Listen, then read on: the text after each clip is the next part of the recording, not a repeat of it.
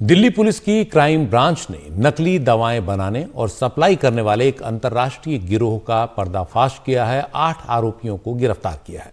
इनमें दिल्ली के कैंसर के जाने माने अस्पताल के 2 कर्मचारी भी शामिल हैं।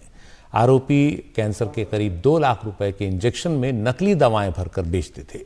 कैंसर की नकली दवाओं को फार्मासिस्ट पूरे देश में और चीन और अमेरिका आदि देशों में भी सप्लाई करते थे। इनके कब्जे से जो लोग पकड़े गए हैं, 89 लाख रुपए नकद, 18,000 रुपए डॉलर की शक्ल में और 4 करोड़ रुपए की 7 अंतर्राष्ट्रीय और 2 भारतीय ब्रांड्स की नकली कैंसर दवाएं बरामद की गई हैं।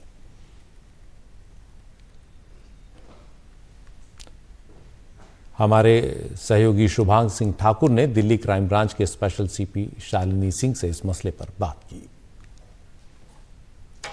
अगर आपके परिवार में कोई ऐसा शख्स है जिसे कैंसर है या फिर आपकी जान पहचान में ऐसे लोग हैं जिन्हें कैंसर है, तो बेहद सतर्क हो जाइए, क्योंकि दिल्ली पुलिस की क्राइम ब्रांच ने एक ऐसे गिरोह का पर्दाफाश किया है जो कैंसर की नकली दवाइयां बना रहे थे और उसके बाद उन्हें सप्लाई भी कर रहे थे, ना सिर्फ देश में बल्कि विदेश में भी। इस पर ज़्यादा जानकारी देने के लिए हमारे साथ special CP crime Shalini Singh ji मौजूद है। मैम, आपको बहुत बहुत बधाई इस पूरे इंटेरोगेशन, इस पूरे ऑपरेशन के लिए।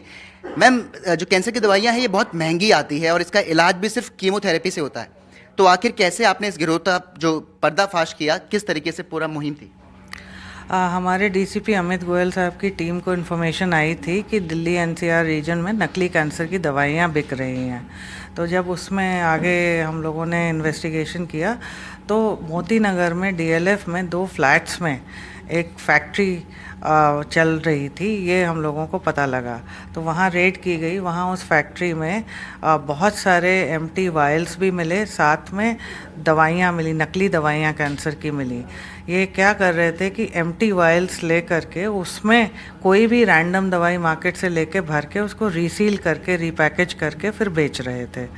तो उसमें जब आगे सवाल उठा कि ये एम्प्टी वायल्स इनको मिल कहाँ से रहे हैं, तो उसमें 2 लोग गिरफ्तार किए गए जो एक कैंसर हॉस्पिटल में काम करते हैं।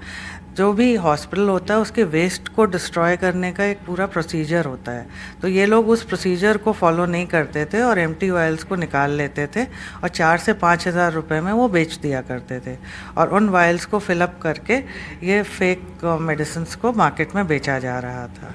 मैम, ये जो 2 लोग आपने गिरफ्तार किए हैं, इनकी क्या प्रोफाइलिंग है? आखिर ये अस्पताल में क्या काम करते थे, क्योंकि इनके पास वो एक्सेस था कि ये उन दवाइयों को ले सकते हैं?